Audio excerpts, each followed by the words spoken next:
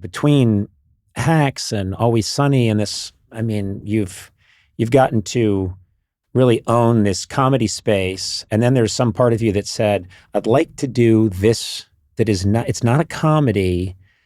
You can't not be funny in things, and you are fun. His character's funny, but it all comes off the character. Yeah, she's human. She's human. Yeah. And the other characters I play really aren't human. I mean, they're not multifaceted characters. This is just there's a way to still be a grounded, hardworking woman with children and be funny. I think I can quickly set up. It's a terrific idea for a show. I know it's adapted from this French show, but the series, and this isn't giving away too much, but it opens with you getting up at 4 a.m. We don't know, whatever you're getting up in the middle of the night, and we don't know what you do. It's clear you don't have a lot of money, and you go to work, and you're getting dressed, and you're getting a big trash can and cleaning supplies, and it's clear that, oh, you're a woman who cleans up in the middle of the night.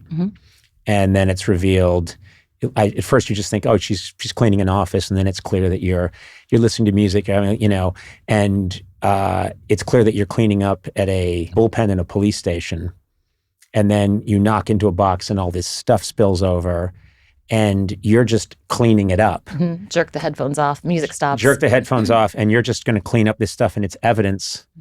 And your character has a gift, which has to kind of, you're cleaning, but you also need to make sense of things, and you're highly intelligent, and you start just quickly, and it basically leads to your character is very good and is kind of a savant at seeing these patterns, and you start to help the police, kind of against their will. Oh yeah, get up and go to their case board and cross off suspect and write victim under one woman's picture. Yeah, and then they have to find out who did this, and they find out that it was you. It's like, why is the cleaning woman doing this?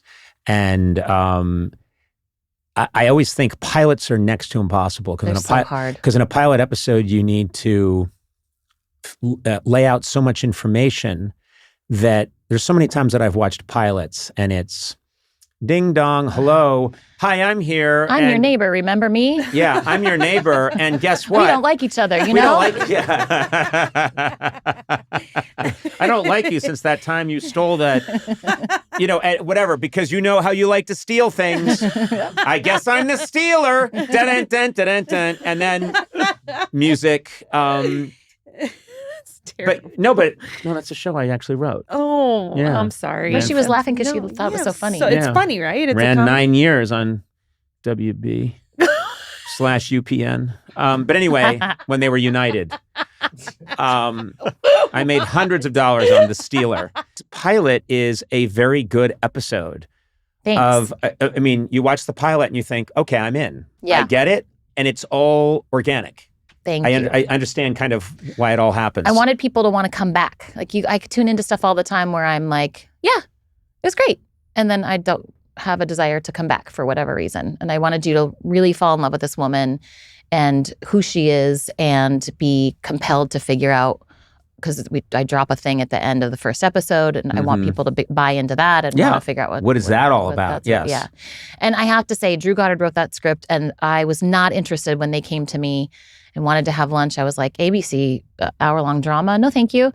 And my agent was like, no, you're going to go have lunch with them. And I was like, what did you just say to me?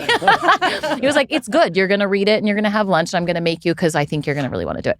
I just had no interest in well, first of all, working for a network. I'm very spoiled on FX. They let us do whatever we want and say whatever we want. And I have a hard time with executives who aren't creatives telling me what I can and can't do because, again, so it goes back to, it's all fine and it works and a lot of people are fine with that. I'm so blessed to be in a position where I want to show up and have fun with my life. That's at home and at work. I don't want to do something that is, I just want everything to be great or just I'll wait and wait until something comes along that I can make special. So I was very gun shy and then I read his script and was like, oh, I think I'm in. And then I have to point out that Alethea Jones directed that episode, and she was absolutely incredible. So one of the ways that you see my character solve things is what we call Morgan vision, and kind of these like flashes of what she's putting together in her brain. And I was really nervous about those because I was like, all I know, my mind went to like a horrible reenactment on a bad A&E crime show where there's like someone who kind of looks like the murderer walking up. I was like, oh God, I just was very scared of the Morgan vision stuff. And I told her that, and she was like, that's the stuff I'm most excited about. And I was like, okay, walk me through that. She just did such a tremendous job with that pilot. Also, some of the imagined recreations are really funny. Yeah.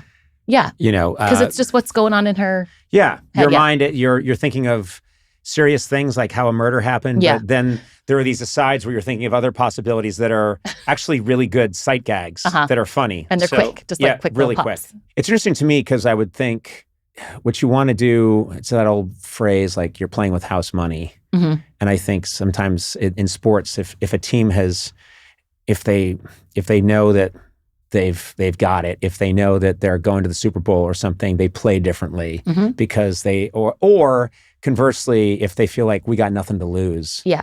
And it's nice probably to be in a part of your career where you feel like, nah, I want to have fun. Yes. I want to have a good time. Yeah. There's quite a freedom in knowing that I really would walk away if it was not up to the quality that I wanted to put out there. Because that's not like a threat. It's just really like, no, thanks. I mean, thank you so much for thinking of me, but I don't. Yeah. It would be perfect if you walked out on this podcast right now. Oh yeah, I should have done that. And away from my TV show. And guess what? This is not up to my. Yeah. It's not too late. We still got 10 minutes. I was just going to say. Then we could put in a car starting noise. Oh yeah. Tires screeching. Me calling my agent.